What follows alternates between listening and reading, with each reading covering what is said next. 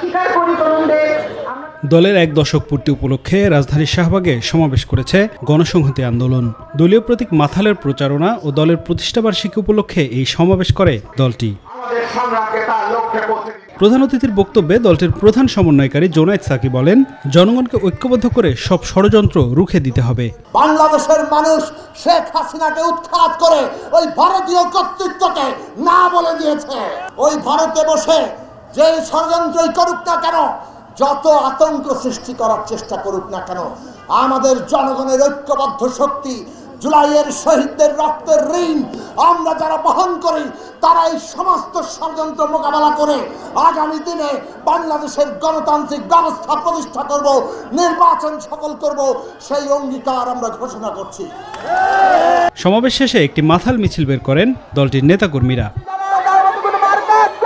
Afzal Hossain, my TV, Dhaka.